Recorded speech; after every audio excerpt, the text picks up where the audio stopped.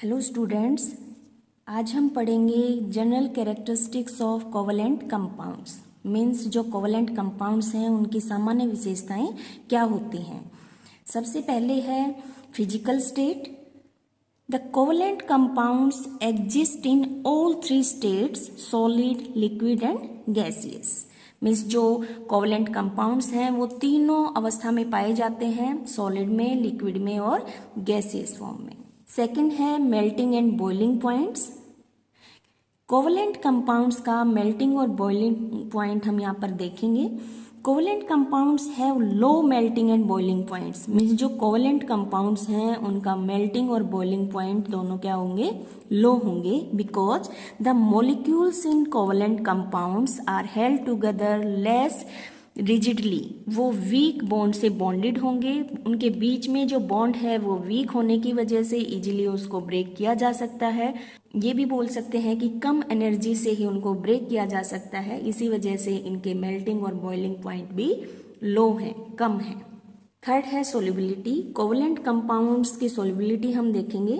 Covalent compounds are generally soluble in organic solvents. Means ये soluble हैं, लेकिन किनके अंदर, जो ऑर्गेनिक सॉल्वेंट्स हैं उन्हीं के अंदर ये सोल्यूबल है, but insoluble in water and other polar solvents. जैसा कि हमने आयनिक कंपाउंड्स में पढ़ा, उसमें क्या था कि आयनिक कंपाउंड्स हैं वो वाटर में सोल्यूबल हैं।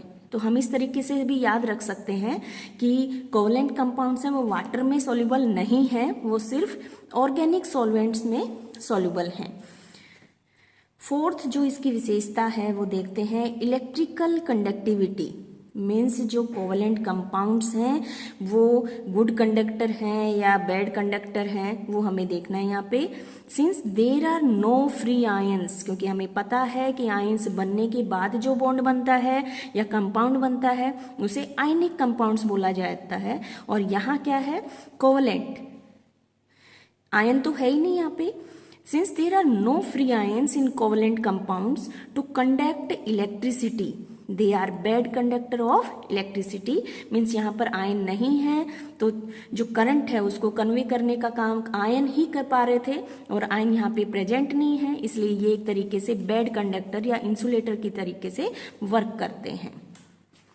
नेक्स्ट है हमारा नॉन आयनिक रिएक्शंस। जैसा कि ये सभी पॉइंट्स हमने आयनिक कंपाउंड्स में भी पढ़े थे, उसी सेंस में हमने ये पॉइंट यहाँ पर पढ़े हैं। तो वहाँ पर क्या था, आयनिक रिएक्शन शो कर रहे थे इसलिए आयनिक कंपाउंड थे, और यहाँ क्या है, नॉन आयनिक रिएक्शंस। मीन्स जब कंपाउंड में आयन है ही नहीं तो वो आयनिक रिएक्शन शो नहीं करेगा।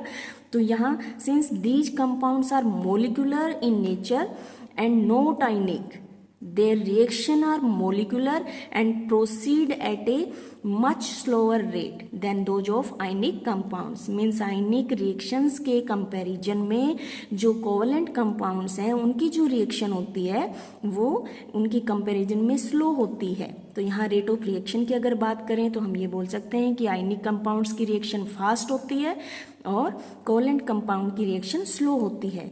ऐसे ही हमने मेल्टिंग और बॉइलिंग पॉइंट में भी देखा कि कोवलेंट कंपाउंड है इनका लो है मेल्टिंग और बॉइलिंग पॉइंट, और आयनिक कंपाउंड का मेल्टिंग और बॉइलिंग पॉइंट हाई था।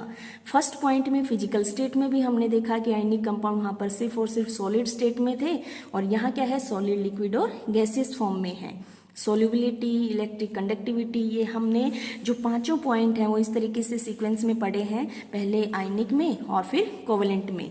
तो अगर इनसे रिलेटेड क्वेश्चन इन दोनों में, आयनिक और कोवलेंट कंपाउंड के बीच में डिफरेंस पूछ लिए जाएं तो इन्हीं पॉइंट्स के बिहाफ पे हम इनके डिफरेंस से रिलेटेड क्वेश्चन भी अपना तैयार कर सकते हैं, क्योंकि हमें कुछ प्रॉपर्टी कोवलेंट की पता है, कुछ आयनिक की पता है। तो इस तरीके से हम डिफरेंस से रिलेटेड भी, difference between covalent compound and ionic compound, अगर ये क्वेश्चन आता है तो ये हम इन दोनों वीडियो से अपना तैयार कर सकते हैं।